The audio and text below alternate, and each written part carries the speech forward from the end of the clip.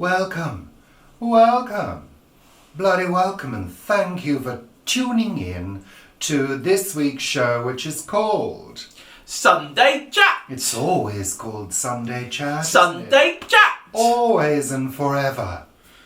The original, the only. There may be imitators out there, but none like this show. We are the inimitable Sunday Chat. I love that Sunday word. Chat. I love that word. It's a good word, isn't it? Inimitable. It's a good word. Yeah. It's a clever word. Why? Because it means unimitatable. Yeah. Doesn't it? So it's a clever use of the English language. I find sometimes when I am talking to somebody, I can carry on talking to them whilst actually thinking about a word that I've used. I don't know if I actually continue making any sense, but... Well, that's nothing new. Yes, I do find that with you very often, actually, Paul. You don't make any sense whatsoever. So thank you, bloody thank you. And also, thank you to new subscribers who've recently joined us, especially those of you who watch the ABBA Voyage review. And if you've not seen it, you can watch it here. Do you think any people who watched it were watching it because of the ABBA vehicles that you can buy? No. Oh, right. No. I think they were watching it because of the fabulous show that we went to last week. Thoroughly enjoyed it. I want to be an avatar, Paul. Do you? If you got spare 10 million, you could be. Preserved forever in perfect beauty. But aren't you anyway? Yes. Being only 39. I'm 39. Those wrinkles are beginning to pile on now, aren't they? What wrinkles? Wrinkles, Paul. I think you're hallucinating. I can see them. Yeah, but they're minimal compared to yours. Yes, but that's because I smile and laugh a lot. Yes, never smile, never laugh. Keep the face straight all the time. Laughter is the enemy of... The enemy, full stop. Oh, right, okay. So let's move on now. It's a hot and sultry morning here in London. And we're on the verge of a heat wave. Oh, forgot the word then. Heat wave, yeah. It's going on for a week or so, isn't it, supposedly? God, really? And of course, we're in the midst of a building site now. Well, two. Two building sites, one across the road, one over there. Nothing new, it's been going on for the past 10 years, various building projects all around us, and yet again, we will not be able to use our garden for a quiet cup of tea during the day. No. At night, yes. In the evening, yeah, but not during the day. And you know what, they don't consider people that work from home. Well, no, Do but they? I mean, you know, they've got to get the job done, haven't No, they? I know. It's just annoying. One can express annoyance whilst accepting that building work needs to happen. I think the thing that annoys me is I doubt it's going to look very attractive. Yeah. It's going to look like every other extension. There's no originality when it comes to adding buildings onto these old Victorian houses. They all look like boxes. They've all got bifold doors, blah, blah, blah. Yeah. So generic and not particularly displaying any design flair. No, I don't find. no. They're all very much a muchness, really. Yeah, they are. They're just boxes shoved onto a house with bifold doors in grey. Oh, Yeah. hate those grey doors. But actually, when I was working at my desk this week, there was quite a lot of... Yeah, you know, that angle screeching. grinding. Oh. And I have to say that the incessant cement mixer... And also, they seem to forget to wash it out at the end of the day, because when they arrive in the morning, they're banging it with a spade to get the dry bits off the and drum. quite a lot comes out of that drum when they tip it up. And it's sort of like, actually, if you just washed it out at the end of the day, mind you, where would they pour that? They'd most probably pour it onto our garden or something. Why would they do that? Well, you know what I mean. Builders builders, you can't live with them and you can't live without them, Paul. What are you doing with I my think hair? it would be far better if they all did it naked. Then at least we'd have something good to watch. One of them did strip off the other day. And? It was a bit like me stripping off. Oh, well, let's leave that one then. So, weather forecast, hot. Good job those new trains have got aircon on them, Paul. Oh, yes, yeah. So we wanted to talk a little bit about our journey on the new Elizabeth Line. That's the new train line in London. Paul, people know what a train line looks like. It goes along in a straight line with a thing on it. But I was showing Crossrail. It was cross because it was wobbly. Why is it shaking? It's angry. Oh, shut Cross. up. Don't be ridiculous, Paul. So, as you know, we went to Voyage and we chose to travel across London using the new Elizabeth Line. Now, this is also known as Crossrail. It's been a project that has cost... Billions. It's overrun by double what it was supposed to cost. Well over budget. Took massive Well, it was delays. supposed to open in, I think, April 2018. Yeah. And it's not fully open now. No, which is rather annoying. So when it is fully open, i.e. joined up, you should be able to go from Reading, which is in the far west. It's over there, it's not over there. Paul, get the directions right. Just stop this now. Or else I will stop the show. I'll pull the plug. Ooh. Far out in the west. Yeah, that way. Reading. All the way over to the other side of London. Far out in the east, i.e. Abbey Wood? Abbey Wood, yeah. And somewhere else on the other line.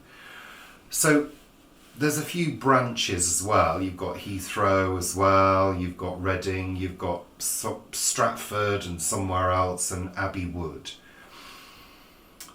The trains themselves are very long and modern and open. You can walk right through them. You know, so but they have been running for 4 years. The rolling stock has been running. You can see them sort of curling off as they turn, you know. You know, when you look down the carriage, you can see them. I love that. I like that. I think it's fun. And they're air conditioned. The seats are hard though. They're fabric. They're fabric, but they're hard. So not terribly comfortable. I think they should do away with fabric and do like a lot of trains in America. Just have wipeable plastic. Yeah. Really, get up with the program. You don't know who's vomited on a seat at some point, do you? No. Or worse. So we travelled from Hanwell, which is our local station, which we're very fortunate to have on this line, and it takes about 15 minutes to get into central London. To Paddington. Yeah, 40 minutes. What's going on? Ding, buzz. So it's no quicker than it has been for years to get there.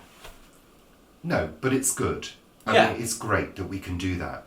But then we had to change at Paddington, and we had to get over to the other part of the Elizabeth Line, which covers the central section of London, i.e. going through via Tottenham Court Road and Bond Street, that route. Bond Street's not open yet either.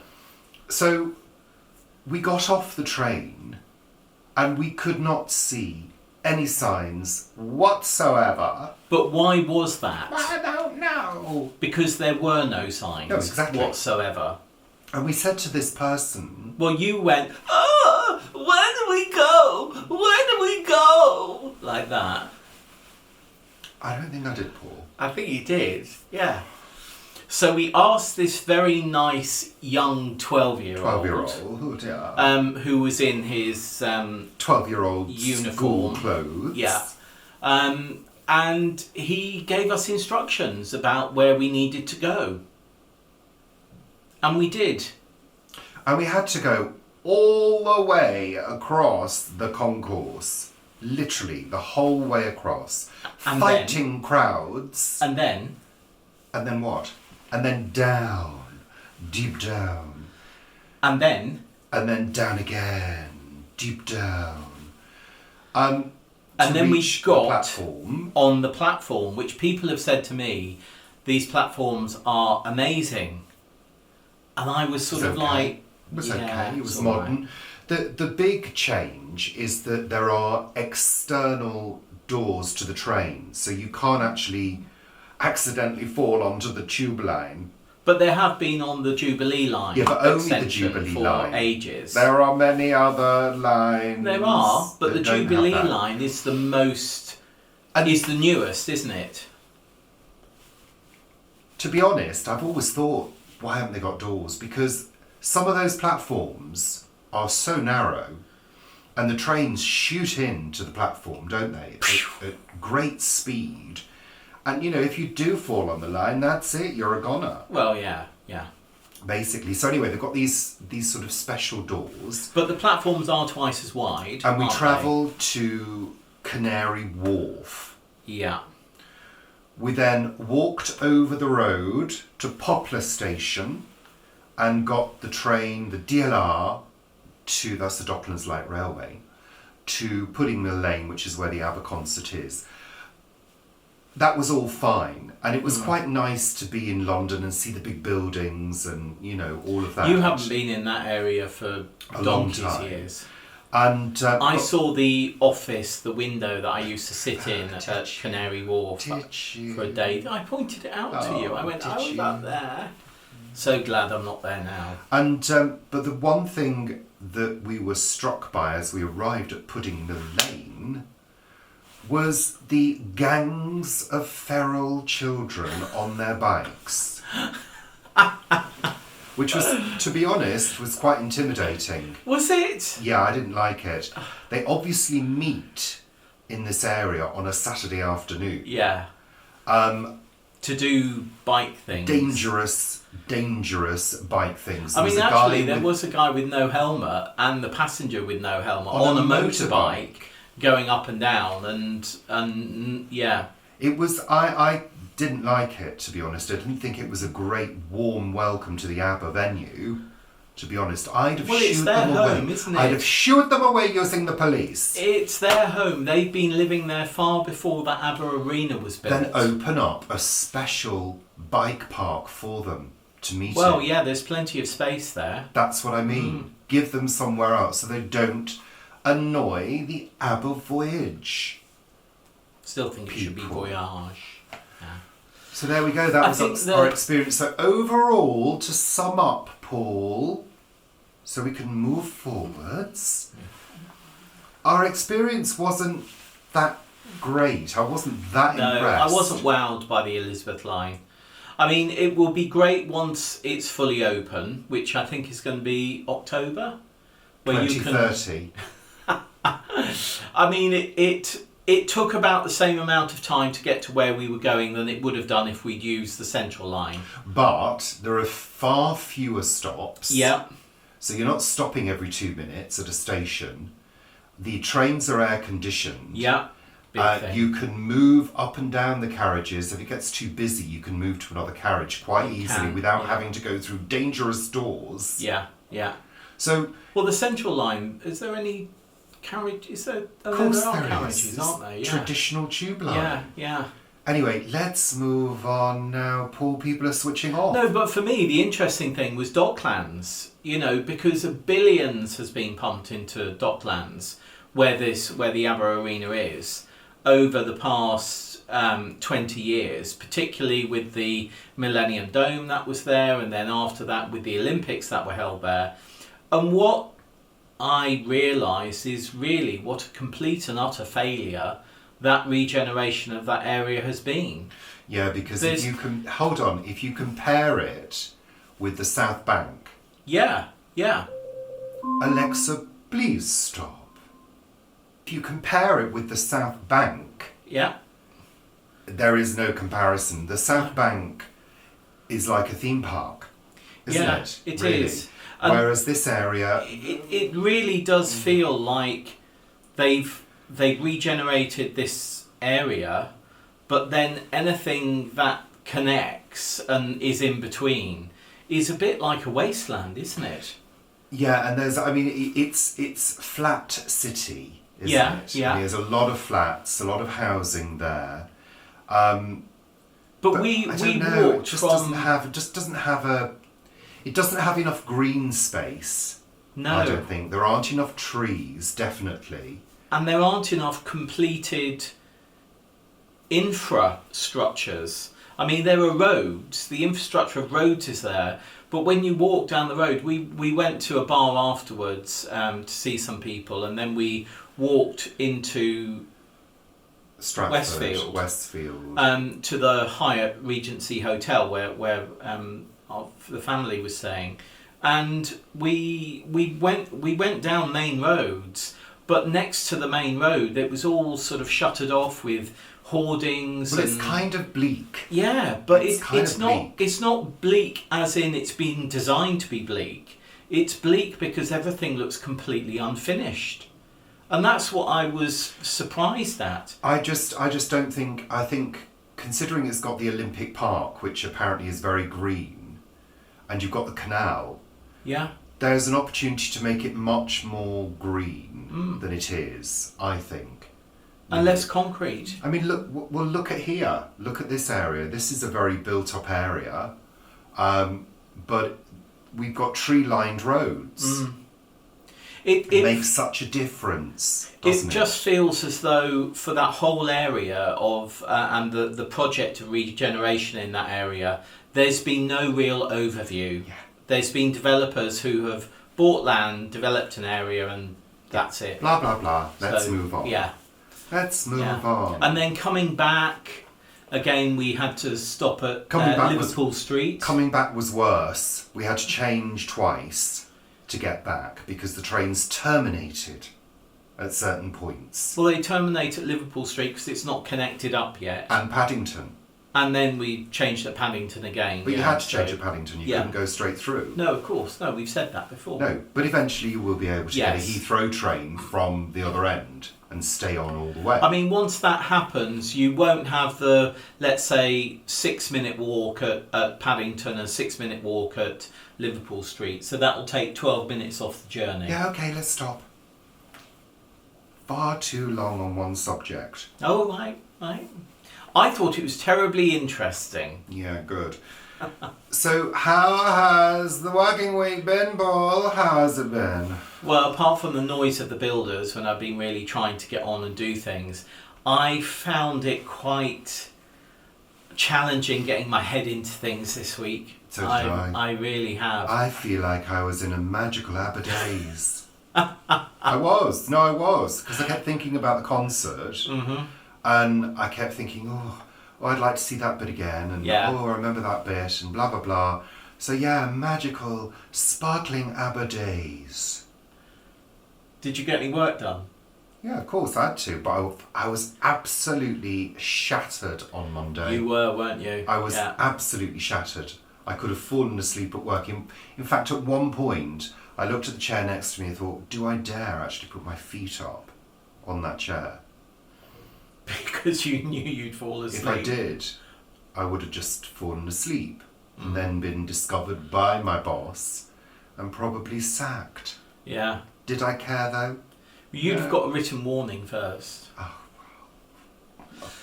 a verbal warning. But yeah, I just couldn't. I mean, between the workmen and the noises and trying to get my head onto a particular subject that I needed to write something about for her sake, I just couldn't. I read it again yesterday, what I'd written, and I thought, that is utter rubbish. That is going to have to be completely rewritten. And I think I've formulated it in my head now how I'm going to write this piece. So yeah. I've also been looking at creative writing courses over the last few days, because I'd quite like to do a creative writing course. I think I've got a number of books to read first, though, that are already on our shelves. So, because we have thought about writing a book together, haven't we? Yeah, we've thought about it. Yeah, you see, I'm not a reader. I would really have to read quite a lot in order to get into a zone.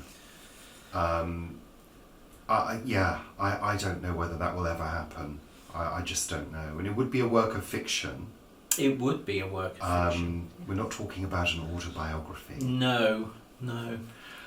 Though I do have two titles for my autobiography. The first one is My Life or How I Remember It, and the second one is The Fat Boy Left Standing. So those are my two titles for my autobiography. Would you read it? I don't read autobiographies. I find biographies of any description totally and utterly mind-bogglingly boring. Well, mine. And I've tried a few of people that I like. Like I just who? get part way through Kate Bush, Barbara Streisand. There was another one, that Helen Mirren one. But you like reading on your tablet, don't you? And you like reading factual things and space things and... I read a lot in terms of, factual stuff. Yeah. I like research. I like finding out stuff, discovering stuff, questioning things. Yeah, I do read a lot. I enjoy reading current affairs, getting into all of that. Fiction, I don't read a lot of fiction these days. I used to read Stephen King. I used to enjoy his stuff. I still occasionally pick up a Stephen King novel and read it again. I think the last thing you read was It, wasn't it? It, which probably the third or fourth time I've read it. Anyway, let's move on. It's been a strange week for politics this week. Oh, yeah. Politics has gone crazy this week. We don't normally cover politics in this show at all, but it has been terribly interesting to watch it unfold as our ridiculous Prime Minister is on his way out. Goodbye. Don't come again. Don't call us, we'll call you. Really. I mean, the whole lot of them that have gone. Well, they're all enablers. Good riddance. Yeah, they're all enablers. But the sad thing is that there is nobody competent anymore, really, in the Conservative Party that I can see to lead the Conservative Party. To be honest, I don't think there are many competent politicians. Full stop. I like Angela Rayner. I think she's great. But I like Dudar from the Green Party, who I think is great. But there's not very many. No. I don't trust any of them. I think most politicians and most leaders in government self-interest. It's self-interest, and it's also that thread of power. They have that need within them to be in powerful positions, in positions of authority. And I always wonder where that comes from. Because I think most of our desires, needs and wants and motivators in life come from something that happened in childhood, I think. Yeah. And I always question people's motives when they go for these positions, because I've met a few people in powerful positions over the years, and they've always left me with this feeling that they've sold their soul to the devil. Yeah, I agree. In some way, shape or form. So I never really fully trust them. It's the same with famous people to a certain degree. There are some famous people who have clearly done it because they desire the adulation and the worship and parade themselves accordingly. People who court media attention and the press. And I find it a bit strange. I mean, obviously I know we're on show for an audience, and clearly there is a need somewhere for us to do that. I don't think there's a need. There may be a want. I'm not sure there's a need for Well, I don't know. I always wanted to be in drama and acting, and clearly I enjoy an audience. You know? You I just think came along for the ride. Yeah, I did. Poor I could quite easily step away from the camera and do something else. Well, so could I. Wasn't in front of a camera for many years until we started doing this. I know, but the power that this is giving you now, you know, is clearly showing on your face with all those wrinkles that are developing. I don't think so, Paul. I really don't think so. Where are you getting this idea from? But you were always you would been quite happy to be an actor and an in front of the camera person. Yeah. And I have always I've never been interested in being in front of the camera. I've only ever been interested in really being behind the camera. Yeah. So and writing, you know, anyway. It shows. So yeah, crazy week politics-wise. And you know, let's face it, Boris Johnson is still our Prime Minister. Yeah. He has resigned as leader of the Conservative Party. So actually, as we sit here today, we're in a worse position than we are before Sunak and Javid decided to resign. But there we are. What a mess. Wow. What a mess. I mean, Anyhow. How Greta says, anywho. Anywho. So, Paul... What's next? So, yesterday we got out for a quick walk, a sort of hour and a quarter, I think we did. Fairly brisk walk in the afternoon, in the afternoon heat. Got back and we were sweating. But we very much needed to do that local canal walk. No videos to show you of that. But we do always show a couple of pictures on our social media on Facebook and our Facebook group, Planet Vegetaria. That's a Facebook group by Richard and Paul. Richard and Paul since 2017. That's contractual. Yeah, and Twitter and Instagram and Doodah and Ding Dong and coffee as well. Yeah. So, what have we been watching this week? What have I been watching this week, Paul? I don't know, love. We've been watching things. So, Stranger Things. Our final segment, what have we been watching on television this week, just in case you didn't catch that? It was obvious. Oh. Are you getting all hot and flustered now? Undo your top button. No, absolutely not. You could let your, décolletage hang free. So, this week's been a fairly sparse week, television-wise. We've only watched a few things, but we have a new... We've watched a lot of them. We have a new guilty pleasure. Yeah. Heart to Heart. Heart to Heart. We've been recording Heart to Heart and we watch it in our lunchtime. Yeah. So it's taken over from Murder, She Wrote, which, of course, each episode of Murder, She Wrote we've seen 10 times. Yeah, but each episode of Heart to Heart is virtually the same. It is. And Heart to Heart, if you don't know, is a 80s? Yeah, early 80s. Early 80s TV show featuring Jonathan and Jennifer Hart, who are like multi-millionaires. Yeah. And he's been very successful in a big corporation. And she's a writer. She's a writer. And this is the show with a theme tune as big as her hair.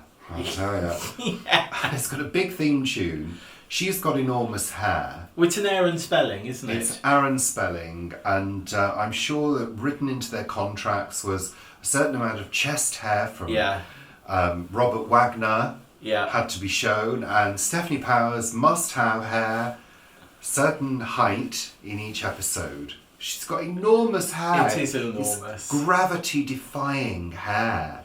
It's beautiful hair, actually. Lovely auburn colour. That was sort of picked up, or the later Dynasty and things was picked up in French and Saunders, wasn't it? In when they did... You're distracting from the subject now. Yeah, I'm distracting, but they had big hair as well, yeah. Everybody had big hair then, Paul. That was the fashion. Yeah. If you didn't have big hair, you were nobody. I was nobody. I didn't have big hair. I had big hair. Oh, God, yeah. I had a big mullet. Yeah. But Anyway. yeah, we've been watching that, and there was a episode. Shush now, Paul. Just calm down. I got excited with Heart to Heart. Stop getting so excited. So Jonathan and Jennifer live in this big house with their butler Max, who's got a dog called Freebase. Not Freebase. something like that. Freeway. And I'm exfoliating my fingertips. And it's their adventures as they get involved in crime fighting inadvertently.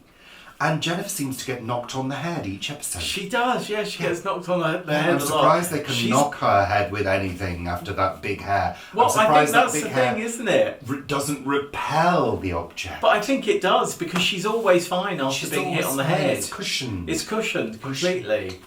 And we thought she was going to become a prostitute at one point. We thought she was going to go undercover yesterday. Yeah, but she they didn't. They didn't. No, they didn't take that opportunity.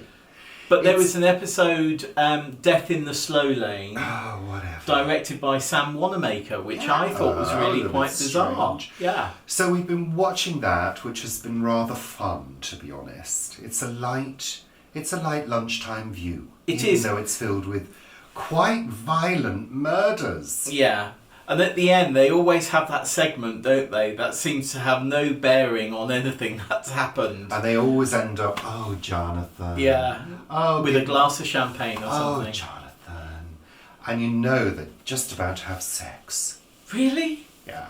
Max comes into the room. Max always comes in with yeah. I got your champagne, Mr. Hart. Yeah. He doesn't knock. No, just walks in, helps Maybe they're himself. into voyeurism. Maybe that's... Maybe Don't be disgusting, Paul. Anywho, we finished Stranger Things. Loved it. Well, you know what? I sort of reassessed it, and I did actually think it was a little bit long. Yeah. And a little bit drawn out. And actually, if you compare the storylines, they're all the same. Well, they are, yeah. They're all the same. They are. The arc of the last one will be different. Well, The I hope last so. season. And I hope it's something different, and I hope that they all get killed off.